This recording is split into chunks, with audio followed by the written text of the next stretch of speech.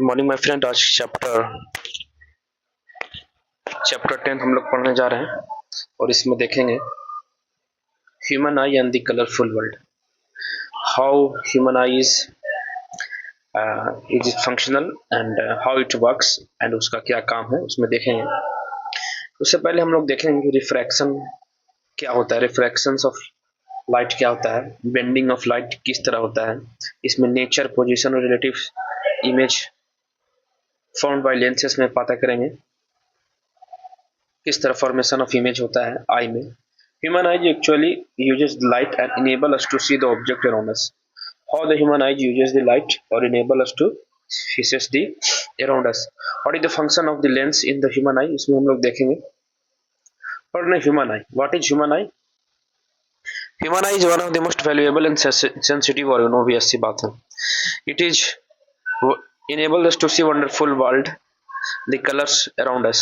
हम लोग आसपास के जो कलर्स हैं, ब्लैक, व्हाइट, पिंक, किस तरह देखते हैं? By the help of our eyes. On closing the eyes, we identify the object to some extent by their smell. Only by smell or touch और साउंड के जरिए ही हम लोग समझ सकते हैं, पहचान सकते हैं object. It is impossible to identify the colours while closing eye. ये इम्पॉसिबल ही है कि हम कलर को आइडेंटिफाई करें। अब हम लोग पढ़ेंगे what is human I. Human I is just like a camera. किस तरह? मतलब human I is just like camera, इसमें लेंस लगा हुआ। It lens system forms an image on the light sensitive screen called retina. यहाँ पे retina में देखेंगे, retina is a light sensitive screen. Retina क्या है? ये स्क्रीन की तरह काम करता है। Light enters the I through the thin membrane called cornea. ये जो कॉर्निया है, इस कॉर्निया से लाइट क्या है? थिन मेम्ब्रेन की तरफ लाइट जाता है। It forms the transparent bulge on the front of the surface of the eyeball, जो कि एक ट्रांसपेरेंट बल्ज की तरह बाहर की तरफ निकला हुआ नजर आता है। The eyeball, जो कि अप्रोक्सीमेटली स्फेरिकल इन शेप, जिसका डायमीटर है 2.3 centimetre. Diameter of eyeball is 2.3 centimetre. Most of the refracting for the light rays entering the eye occurs at the outer surface of the cornea. कहाँ पे? जो आंख से निकल रहा light, most of the refraction of the light rays entering the eye, जो आंख के तरफ जो लाइट जा रहा है वो रिफ्रैक्शन कहाँ पे शो कर रहा है? आउटर सरफेस ऑफ कॉर्निया पे रिफ्रैक्शन शो कर रहा है। मतलब द क्रिस्टलिन लेंस, जो क्रिस्टलिन लेंस है, ये क्या करता है? Provide final adjustment of the focal length required to focus the object at different distance on retina. ये जो क्रिस्टलिन लेंस है, इसका काम क्या है? क्रिस्टलिन लेंस का काम है, क्रिस्टलिन लेंस का एडजस्टमेंट का काम है। यहाँ पे the crystalline lens provide the adjustment to the focal length required to focus on different object. We find a structure जिसको हम लोग आइरिस कहते हैं। ये आइरिस है, यहाँ पे देख रहे हैं iris, iris behind the cornea, cornea के पीछे है। It is darker in muscular diaphragm that controls the size of pupil. Pupil का साइज कौन कंट्रोल करता है? आइरिस। उस तरह हम लोग कह सकते हैं कि pupil regulate the control and movement of the light entering the eye. The eye lens, जो कि इन्वर्टेड इमेज बनाता है on the object of retina. The retina एक डेलिकेट मेम्ब्रेन है जिसके पास number of photo sensitive cells होते हैं, मतलब लाइट सेंसिटिव सेल्स होते हैं। इसमें हमारे पास रोड शेप्स और कोन शेप्स भी होते हैं, जो आगे हम लोग देखेंगे। इसमें लाइट सेंसिटिव सेल्स है जो एक्टिवेट हो जाते हैं upon generation of electrical signals. जब इलेक्ट्रिकल सिग्नल्स इसमें पास ऑन होते हैं तो ये जो लाइट सेंसिटिव जो सेल्स हैं वो अपने आप पे एक्टिवेशन शो कर देते हैं। उससे क्या होता है? This signals are sent to the brain through the optic nerves. Optic nerves मतलब आईज में जो नर्व्स हैं, this nerves send the signal to the brain. The brain interpret this signals, उसके बाद ब्रेन उस सिग्नल को इंटरप्रेट करता है और finally process the information that we receive perceive object as they are. उसके बाद हम लोग परसीव करते हैं उस ऑब्जेक्ट को। What is called accommodation? Accommodation, power of accommodation मतलब the eye lens is composed of fibrous jelly like material. Eye lens क्या है? जेली लाइक मटेरियल है। Its curvature can be modified, इसका कर्वेचर को मॉडिफाइड किया जाता है बाय सिलियरी मसल्स। मतलब सिलियरी मसल का क्या काम है? Help in the modification of ciliary muscles. The change in the curvature of the eyelids can thus change in focal length. Change in the curvature can lead to change in the focal length. When the muscles are relaxed, जब muscles relax पे आते हैं, the lens become thin, lens क्या बन जाता है? Thin. Focal length increases, focal length बढ़ जाता है। This enable us to see the object clearly, इस तरह हम ऑब्जेक्ट को क्लियर रूप से देख सकते हैं। When you are looking at the object closer to the eye, जब आप ऑब्जेक्ट को अपने आंख से नजदीक से देख रहे हैं तो सिलियरी मसल क्या हो जाता है? कॉन्ट्रैक्ट हो जाता है। और this increases the curvature of the eye lens, और कर्वेचर ऑफ आईलेंस को इंक्रीज कर देता है। The eye lens then becomes thicker, eye lens क्या बन जाता है? थिकर बन जाता है। अब हम लोग पढ़ेंगे what is called accommodation. The ability of eye lens to adjust its focal length, मतलब फोकल लेंथ को एडजस्टमेंट का जो एबिलिटी है हमारा, किसका काम है? आईलेंस का काम है। इस पावर या एबिलिटी को हम लोग एकोमोडेशन बोल सकते हैं। The focal length of the eye lens can not be decreased below certain minimum, मतलब हम लोग कुछ इतना लिमिट के बाद इस फोकल लेंथ को ना डिक्रीज कर सकते हैं ना इंक्रीज कर सकते हैं। तो you must see the image behind blood field strain, जब हम कुछ ज्यादा नजदीक से कोई चीज के ज्यादा देखते हैं, 25 सेंटीमीटर से भी अंदर चल जाता है तो ब्लर शो करता है। This is called to see an object, एक ऑब्जेक्ट को कंफर्टेबली या डिस्टिंक्टिवली को देखने के लिए 25 सेंटीमीटर दूरी पर रखना होगा अपने ऑब्जेक्ट को आंख से। What is this is called list distinct vision, मतलब द मिनिमम डिस्टेंस जो कि यहाँ पे 25 सेंटीमीटर है, eight which the object must be placed, object को 25 सेंटीमीटर तो रखना ही है जिससे आंख पे स्ट्रेन ना शो करे।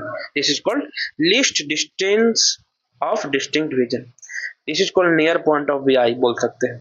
फॉर एक यंगर एडल्ट के लिए normal vision the near point is about 25 centimetre. अब हम लोग बात करेंगे far point. The farthest point up to which the eye can see clearly is called farther point, मतलब फर्दर पॉइंट मतलब अपनी नॉर्मल आंख से जो आदमी जितना दूर देख सकता है उसके लिए वो फर्दर पॉइंट हो सकता है, उसको कहा गया। तो नियर पॉइंट 25 सेंटीमीटर और फार्दर पॉइंट इंफिनिटी है। अब हम लोग जैसे जैसे एज पास होता है, people the crystal lens of the people at age old become foggy, cloudy हो जाते हैं, उस कंडीशन को हम लोग क्या बोलते हैं? कैटरैक्ट। मतलब द लेंस एडजस्ट करना, फोकल लेंथ को एडजस्ट करने में सक्षम नहीं हो जाता है, उस वक्त कंडीशन को क्या बोलते हैं? Foggy, cataract. This is removed by complete और surgical process, loss of vision को रिस्टोर कर सकते हैं ये कैटरैक्ट सर्जरी, जिसको हम मोतियाबिंद भी कह सकते हैं। अब हम लोग कुछ पढ़ेंगे defects of vision and their correctness. There are certain defect, उस डिफेक्ट को हम लोग कैसे देखेंगे जो कि विजन ब्लर हो सकता है। तो there are this is called 3 common defect we will talk about. पहले हम लोग मायोपिया में पढ़ेंगे। मायोपिया जिस कॉल्ड नियर साइटेडनेस, हाइपरमेट्रोपिया जिसको फार साइटेडनेस भी कहते हैं, और प्रेस बायोपिया। जिस 3 तरह के डिफेक्ट है can be used some spherical lens, इसको हटाया जा सकता है किस तरह? स्फेरिकल लेंस के जरिए से। अब हम लोग मायोपिया में देखेंगे। मायोपिया क्या है? 3 तरह का पढ़ना है, जिसको हम लोग नियर साइटेडनेस भी कहते हैं, जो कि person with myopia can see nearby object clearly, नजदीक को चीज को अच्छी तरह देख सकता है but cannot see the distant object. A person with this defect has the far point nearer than infinity. Far point कहाँ है? इंफिनिटी से नियर की तरफ। इस केस में क्या है? Such person may see clearly up to distance of a few metre, कुछ दूरी तक वो अच्छा से देख सकता है। In a myopic eye the image of an object is formed in front of retina, जो कि हम लोग इस केस में देखेंगे इमेज के जरिए से। And note on the retina, retina पे नहीं बन के रेटिना से पहले इमेज बन रहा। दिस इफेक्ट में अराइज ड्यू टू पहला excessive curvature of eye lens, curvature of eye lens का बढ़ जाना, इलोंगेशन ऑफ आईबॉल, आईबॉल का बढ़ जाना। This defect can be corrected by using which type of lens? Concave lens. देखिए इसमें क्या हो रहा है मायोपिया केस में, यहाँ देखेंगे, यहाँ पे मायोपी 4 पॉइंट ऑफ मायोपिक आई, यहाँ से ऑब्जेक्ट है, यहाँ पे लेंस है, इमेज यहाँ पे बन रहा है। अब मायोपिक आई के लिए क्या हुआ है, यहाँ पे लेंस है, ऑब्जेक्ट यहाँ पे है, लाइट आफ्टर रिफ्लेक्शन होने के बाद यहाँ पे बनना चाहिए, मतलब रेटिना के पास बनना चाहिए, रेटिना से पहले बन जा रहा है। तो इस केस में हम लोग कॉनकेव मिरर का इस्तेमाल करते हैं, सॉरी कॉनकेव लेंस का इस्तेमाल करते हैं, और कॉनकेव लेंस का इस्तेमाल है रे आफ्टर रिफ्रैक्शन होने के बाद यहाँ पे रेटिना में इमेज बन सकता है। तो इस करेक्शन को हटाया जा सकता है with the help of concave lens. अब हम लोग पढ़ेंगे व्हाट इज हाइपरमेट्रोपिया। हाइपरमेट्रोपिया को हम लोग फार साइटेडनेस भी बोल सकते हैं। इसमें क्या है, दूर वाले चीज को क्लियर देख सकता है बट नजदीक वाले चीज को नहीं देख सकता अच्छी तरह से। The point for the is farther away from normal point, 25 centimetre से ज्यादा दूर हो जाता है उसके लिए। Such a person has to keep reading material much beyond 25 centimetre from the eye for comfortable reading. 25 centimetre से दूर उसको रखना पड़ता है, क्योंकि this is because a light rays from the close object are focused at a point behind the retina, जो कि हम लोग आगे पढ़ेंगे। अब इसमें क्या हो रहा है, this effect arises, what are the reason for this effect, this effect arises due to the focal length of lens is too long, focal length का बढ़ जाना, आई बॉल बिकम छोटा या छोटा हो जाना eye ball. This is how this defect can be corrected by using convex lens. अब देखेंगे in the case of hypermetropic I, normal यहाँ पे होना चाहिए, नियर ऑब्जेक्ट आफ्टर रिफ्लेक्शन आंख के बाद रेटिना में बनना चाहिए, पर क्या बोल रहा है, इमेज दूर बन रहा है, रेटिना से आगे बन रहा है, रेटिना पे बनना चाहिए, जो कि यहाँ पे रेटिना से अदर ऑब्जेक्ट का हो रहा है फॉर्मेशन इमेज का। उस केस में हम लोग इसमें यहाँ पे कॉन्वेक्स मिरर का इस्तेमाल किए। कौन सा, कॉन्वेक्स मिरर। तो अब इमेज कहाँ पे बन रहा है, रेटिना में। तो समझ में आ गया what is myopia, what is hypermetropia. अब in this case we will talk about presbyopia. The power of accommodation of eye usually decreases with aging. As the aging start, the accommodation of eye become, the ability of eye become low to accommodate the light. For most people the near point gradually recedes. नजदीक की चीजों को देखने में सक्षम हो जाते हैं। They find it difficult to see nearby object comfortably and distinctly without corrective eye glasses. So this defect is called presbyopia. This is called presbyopia. It arises due to the gradual weakening of the ciliary muscle and diminishing flexibility of eye lens. इसमें क्या होता है, sometimes a person may fear suffer both myopia and hyperopia. इस case में person both myopia भी सफर कर सकता है और hypermetropia. What is the a common type of bifocal lens consist of both? इसमें what is the common way to defect this illness? इस case में common type of bifocal lens जिसमें concave mirror convex mirror दोनों लगा हुआ है, वैसा इस्तेमाल कर सकते हैं। अपर पोर्शन कनकेव लेंस होना चाहिए। It facilitate distant vision. Lower part convex mirror हो जाए जो कि नियर विजन को देखने में आसान हो जाए। These days it is possible to correct the refractive defect with contact lens or through surgical intervention. These days some surgical interventions are used, so this can be corrected. Now we will study about refraction of light through prism. You have learned about the light gets refracted through the rectangular slab. ये rectangular slab से जो light get refracted हो रहा है उसको हम लोग देखेंगे कैसे बाहर निकल रहा। अब हम लोग it is slightly displaced laterally. अब हम लोग क्या हो रहा है, the for parallel reflecting surface as in glass the emergent is parallel to the incident ray, however it is slightly displaced laterally. अब हम लोग पढ़ने जा रहे हैं प्रिज्म के बारे में। एक ट्रायंगुलर प्रिज्म, ये क्या है, we will talk about triangular prism. It has two triangular bases, के पास दो ट्रायंगुलर बेसिस है और four rectangular lateral surfaces, 4 rectangular lateral surfaces. The angle between the two lateral surfaces is called angle of prism. Let us do an activity. ये क्या है, activity है, इसमें बेसिकली प्रिज्म के बारे में बताया गया है। ये एक प्रिज्म है, इनसे पीई इंसिडेंट रे है, देखेंगे पी इंसिडेंट रे है। EF is refracted ray. EF, where is EF? EF is refracted ray and FS is emergent ray.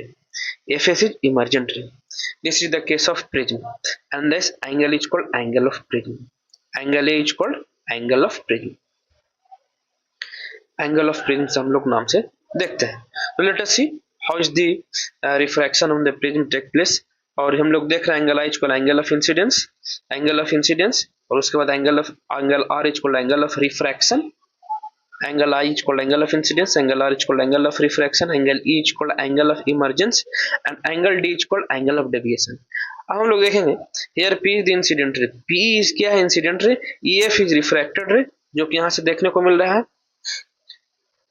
FS is emergent ray, obviously P is incident ray और EF is refracted ray and FS is emergent ray. So the light ray on refraction has bent towards the normal. Light ray किसके तरफ, normal की तरफ bend हो गया, देखने को मिला लाइट रे गया यहाँ से, उसके बाद नॉर्मल की तरफ बेंड हो गया। At the second surface AC, हम लोग सेकंड सरफेस AC में बात करेंगे। The light ray has entered from glass to air। क्या हो रहा, सेकेंड सरफेस AC, ये AC ग्लास से एयर की तरफ जा रहा है, कहाँ जा रहा है देखेंगे यहाँ पे, ये AC सरफेस, ये ग्लास है, ग्लास से एयर की तरफ जा रहा है। The light ray has entered from the glass to air, hence it has bent away from the normal। After it entering from glass to air, it bent away from the normal। Compare the angle of incidence and angle of refraction and its refracting surface of the prism। This is called the angle of deviation। Angle D is called angle of deviation, जो कि हम लोग इस case में देखेंगे। देखें कितना deviate हुआ है, एंगल D कहाँ गया, this angle is called angle of deviation। Here angle D is given, this angle is called angle of deviation। अब इसमें देखेंगे क्यों डेविएशन बना। लाइट रे PE यहाँ गया, P प्लस प्रिज्म पर टकराया, P टकराने के बाद जाना चाहिए तो इसको इस डायरेक्शन में। What is the exact direction of light? It should be go E through E, it should go to H, but in this case we are saying that rather it's going from this, it bent towards normal। Normal होने के बाद emergent रे normal की तरफ चला गया, तो जाना चाहिए इसको इस डायरेक्शन में, इस डायरेक्शन में, और चला गया क्या था, इस डायरेक्शन में। अब चला तो अब इमेज फॉर्मेशन यहाँ पे हो गया, मतलब एट F पॉइंट यहाँ से निकल रहा है। अब पीछे इसको लेके जाएंगे, देखेंगे इसको पीछे लेके जाएंगे, पीछे ले गए। अब उसके बाद इस एंगल को मेजर किए, तो this angle D is called angle of deviation. कितना डिग्री डेविएट हुआ, this is called angle of deviation.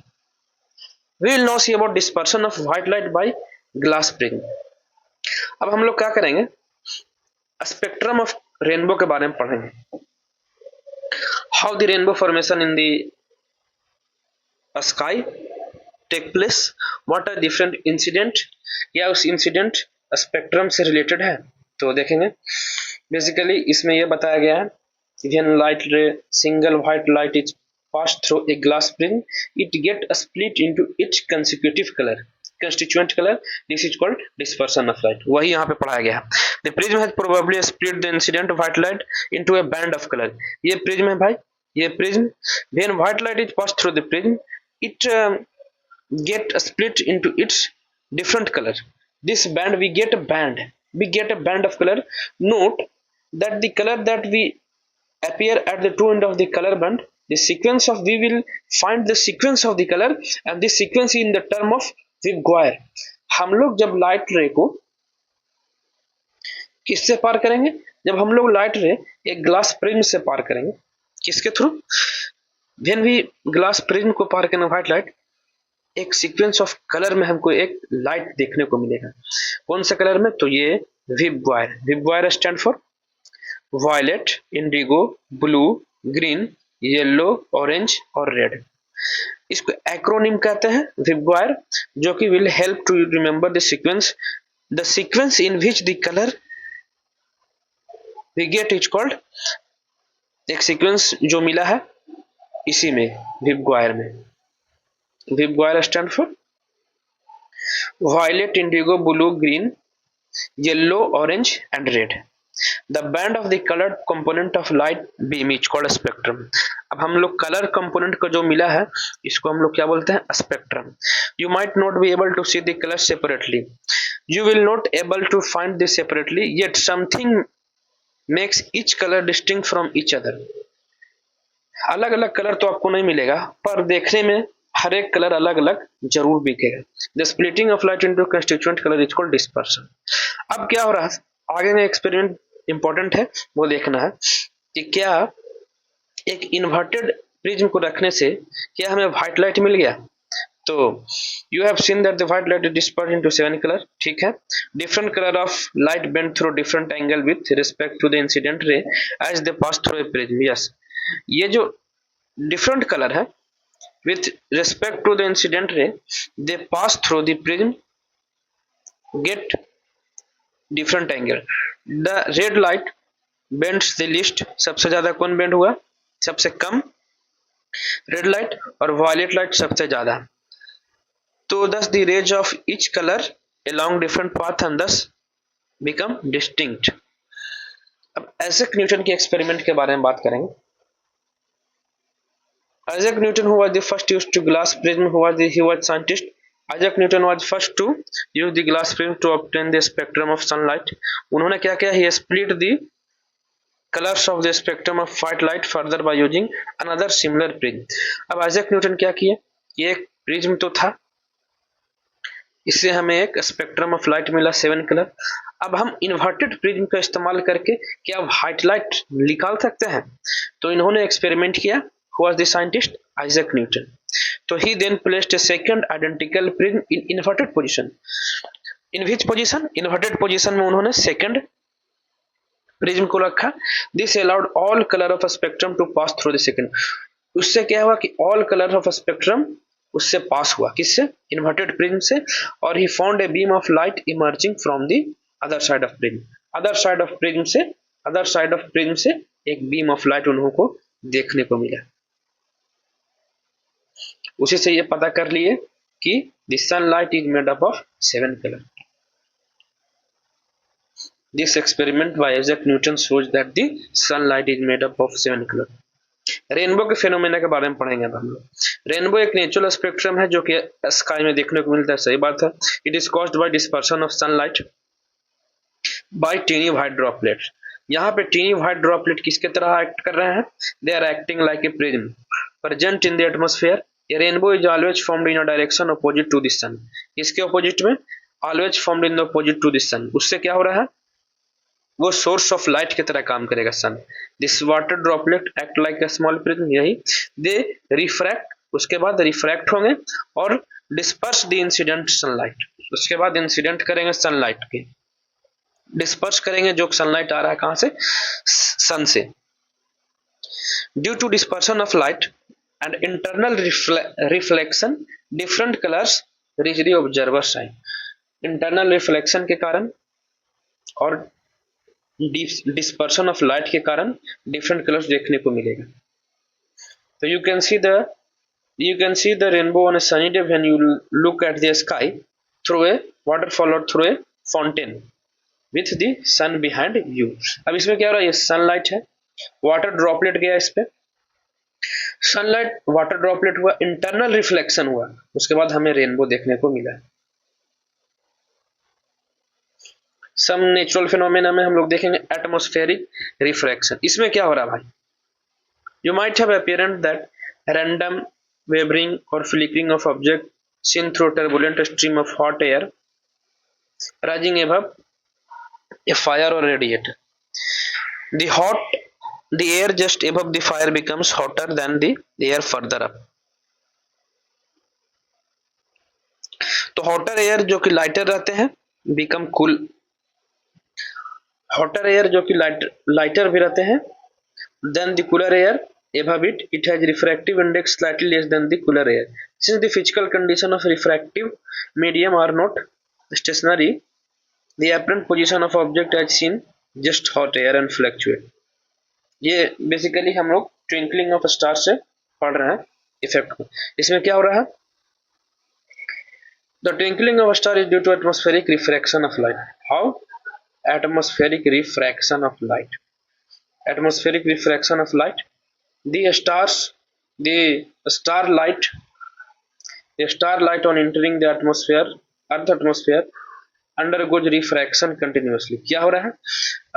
Atmosphere में कंटिन्यूअस रिफ्रैक्शन हो रहा है before it reaches the earth. The atmospheric refraction occur in a medium of gradually changing refractive index that leads to the change in the refractive index. And since the atmosphere bends slight towards the normal, जैसे ही normal की तरफ थोड़ा bend हो रहा है, the apparent position of a star is slightly different from actual position. Atmosphere में जो refraction हो रहा है उसके कारण रिफ्रैक्टिव इंडेक्स में चेंज हो रहा है, और वो हमें बता रहा है कि जो position of a star is slightly away from its actual position. The stars appear slightly higher than the actual position when viewed from the horizon. Further, this apparent position of the star is not stationary. जो हम लोग देख रहे हैं कि stars का position fix, it is not stationary but keeps on changing slightly since the physical condition of earth atmosphere. उसका जो पोजीशन अर्थ का वो the position of the stars keeps on changing due to the earth atmosphere and was in the case of previous paragraph. Since the stars are very distant, they are very distant from ourselves, they approximately are point size. As the path of rays of light coming from the star goes on varying slightly, the apparent position of the stars fluctuate, and this eye flickers, and this phenomena is called twinkling effect. अब हम लोग पढ़ेंगे advanced sunrise and delayed sunset. What is the reason for advanced sunset and sunrise? The sun is visible to us about 2 minutes before the actual sunrise. Yes, about 2 minutes actual sunset. क्यों? This figure 10.2 shows that the apparent position of the sun with respect to the horizon. The time difference between the actual sunset, apparent sunset is about 2 minutes. What is the 2 minute is difference between actual sunset and actual sunrise due to the same phenomenon. अब हम लोग पढ़ेंगे what is scattering of light. Scattering of light मतलब when light is passed through a colloidal solution, it gets dispersed. This is called a scattering of light. A scattering of light. The interplay of light with the object with around us gives to several spectacular phenomena in the nature. तो हम लोग देखेंगे the book क्यों the scattering of lights का phenomena से क्या क्या देखने को मिला हम लोग. Blue colour of sky, colour of deep water in deep sea, colour of water deep sea में रेडनिंग ऑफ सन के बारे में देखेंगे. The sunset are some of the wonderful phenomena we are familiar. हम लोग देखेंगे what is Tyndall effect.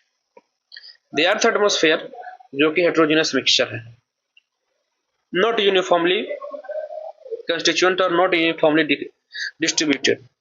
तो heterogeneous mixture है of minute particle. These minute particle जो कि smoke है, teeny water droplet है, suspended particle of dust है, molecules of air है. इसमें क्या था, जब beam of light strike करता such a fine particle, the path of the beam become visible. When the sunlight strikes on this particle, the direction मतलब the path of the beam becomes visible. मतलब जो किस तरह वो movement show कर रहे हैं वो हम लोग देखने को मिलता है जब लाइट उस पर पड़ता है. The phenomena of scattering of light by colloidal particle gives rise to Tyndall effect. तो हम लोग देखे होंगे कि जब सनलाइट कहीं पे पड़ रहा है उस कोलाइडल चीज पर, जैसे कि यहाँ पे अगर स्मोक का केस देख ले, वाटर ड्रॉपलेट्स का केस देख ले, या जो सस्पेंडेड पार्टिकल्स ऑफ डस्ट हैं, they show some movement when light is passed through them. This is called Tyndall effect. This phenomena is seen when a fine beam of sunlight, जब fine beam of sunlight enters कौन करता है, a smoke filled room through a small hole. Yes, जब हम लोग room है, इसमें whole है, इसमें जब सनलाइट पड़ते हैं तो दिस शोज द डायरेक्शन, मतलब जो स्मोक का जो फ्लेम है वो शोज द डायरेक्शन और वो घूमने लगते हैं. तो this effect is called Tyndall effect. Tyndall can also be observed when sunlight passes through a canopy of dense forest. Yeah, in the case of dense forest हम लोग देखेंगे ये हमें बहुत जगह देखने को मिल सकता है, जैसे डेंस फॉरेस्ट के बीच से सनलाइट पास हो सकता है, हो रहा हो, तो उस केस में भी हम लोग टिंडाल इफेक्ट को देखने को मिलेगा। The colour of a scattered light depend on the size of scattering particle. How? The colour of the scattered light depend किस पे करता है? Size of scattering particle. Scattering particle कितना बड़ा में है? जब वेरी फाइन है, mainly very fine particle scatter mainly blue light, सिर्फ ब्लू लाइट को स्कैटर करता है। while particles of larger size is of longer wavelength. New question arise यहाँ पे हो रहा है, why is the colour of sky becomes blue? The molecules of air and other fine particle जो कि हमारे एटमॉस्फेयर में है have a small size than the wavelength of visible light. These are the most effective in the scattering of light of shorter wavelength at the blue end than that of longer wavelength of the red end. The red light has a wavelength about, what is the wavelength of red light? 1.8 times the wavelength of blue light. इससे क्या हो रहा है? when sunlight passes through the atmosphere, जब sunlight atmosphere से पास होता है, the fine particle in the air scatter the blue light जिसका सबसे कम wavelength है, the scattered light enters our eyes, वही लाइट हमारे आंख में जाता है। The earth has no atmosphere, there would not, if अगर अर्थ के पास कोई एटमॉस्फेयर नहीं होता, there would not have been any scattering, वहां पे कोई स्कैटरिंग नहीं हो सकता। तो हम पढ़ेंगे what we have learned, what is called accommodation of eye, the ability of eye to focus on both near and distant object by adjusting its focal length, it's called accommodation. accommodation मतलब कितना नजदीक वाले चीज को हमारी आंख को देख सकता है और कितना दूर वाले चीज को देख सकता है, उस केस में हम लोग क्या बोलते हैं? This is called accommodation of eye। और उस accommodation of eye में दिक्कत हो गया तो हम लोग ये मायोपिया और हाइपरमेट्रोपिया और प्रेसबायोपिया में जैसे बीमारी को ग्रसित हो सकते हैं। The least distance of distinct vision is 25 centimetre, मतलब उससे कम होने पर हमारे आंख में स्ट्रेन आ सकता है, बिना स्ट्रेन के हम लोग 25 सेंटीमीटर तक देख सकते हैं।